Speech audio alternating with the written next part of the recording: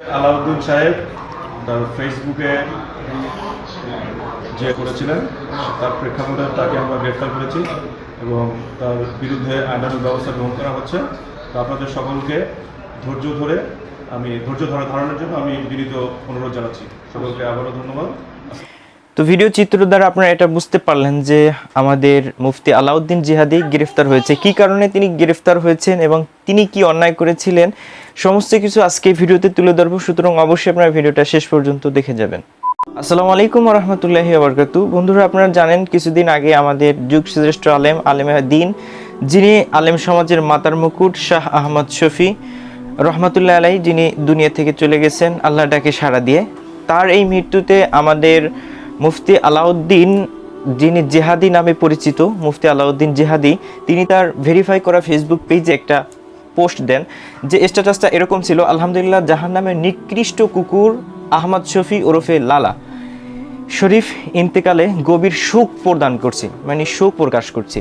এরকম একটা পোস্ট তিনি তার ফেসবুক পেজে দিয়েছেন। এবং এই বিষয়ে যখন মানুষ তোলপাড় সৃষ্টি করেছিল এবং এই বিষয়ে যখন মানুষ প্রতিবাদ শুরু করে দিয়েছিল, তখন তিনি তার লাইভে এসে একটা আমাদেরকে বার্তা দিয়েছিলেন যে এই পেজটা বা এই যে পোস্টটা, সেটা তার ফেসবুক পেজের অ্যাডমিন কর্তৃক কোনো একজন পোস্ট করেছিল, যে পোস্টের কারণে মানুষ তোলপাড় সৃষ্টি হয়েছে এবং তিনি ক্ষমা চেয়ে নিয়েছেন।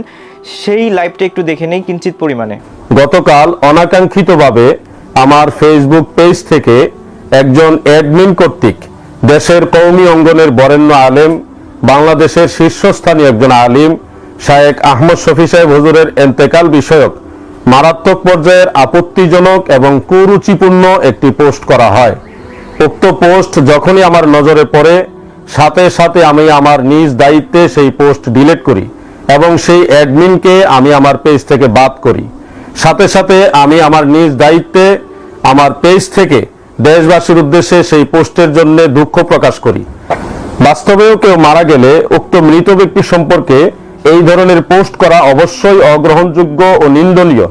তাই উক্ত পোস্টের কারণে আজকের এই ভিডিও বার্তার মাধ্যমে সকলের কাছে আমি আন্তরিক দুঃখ প্রকাশ করছি এবং আমার ফেসবুক পেজ থেকে এই ধরনের পোস্ট হওয়াটা অবশ্যই দুঃখজনক বিষয়।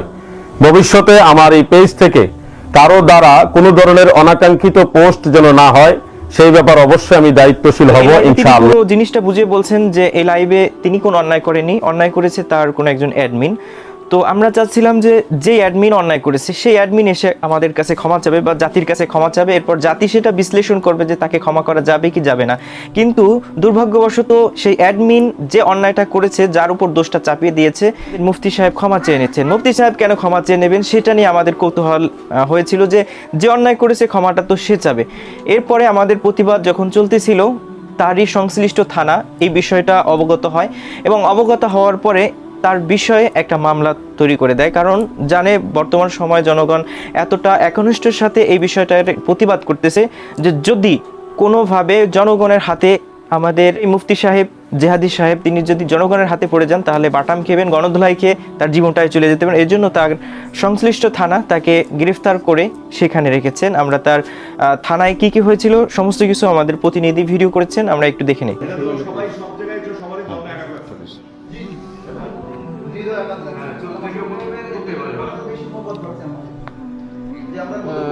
আলহামদুলিল্লাহ,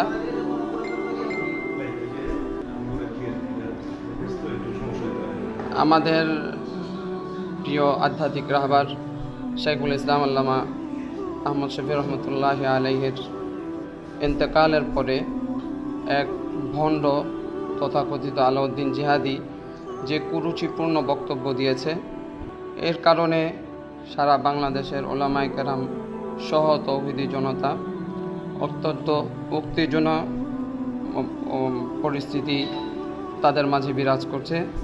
তো এর ধারাবাহিকতায় পরিপ্রেক্ষিতে ফতুল্লা থানার ওসি মহোদয় ওনাকে আজ সকালে তাকে গ্রেফতার করেছে। এখন ফতুল্লা থানার হেফাজতেই রয়েছে। তো আমরা এখন ফতুল্লা থানায় রয়েছি। তো অবশ্যই ভিডিও চিত্র দ্বারা একটা জিনিস বুঝতে পারলেন যে সবসময় খারাপের প্রতিদান খারাপই হয়ে থাকে।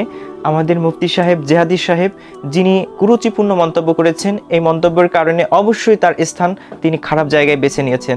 সুতরাং তার খারাপের প্রতিদান খারাপই হবে। সুতরাং তার এখন যেতে হয়েছে জেলখানায়। যদি তিনি এটা দাবি করতেছেন যে অন্যায়টা তিনি করেননি, তবে এটা অবশ্যই আমাদের বাংলাদেশ আদালত বিশ্লেষণ করবেন, দেখবেন আসলে কি সে অপরাধী কিনা। যদি অপরাধী না হয়ে থাকেন তাহলে সে তো মাপ পেয়ে যাবেন, তবে যে আসল অপরাধী অবশ্যই আমরা চাই তাকে জনগণের সামনে এনে অবশ্যই দৃষ্টান্তমূলক শাস্তির ব্যবস্থা করা হবে, যাতে ভবিষ্যতে এরকম কেউ দুঃসাহস প্রদান না করে। ধন্যবাদ সকলকে। অবশ্যই ভিডিওটি শেয়ার করে সকলকে সচেতন করে দেবেন। আসসালামু আলাইকুম রহমতুল্লাহ।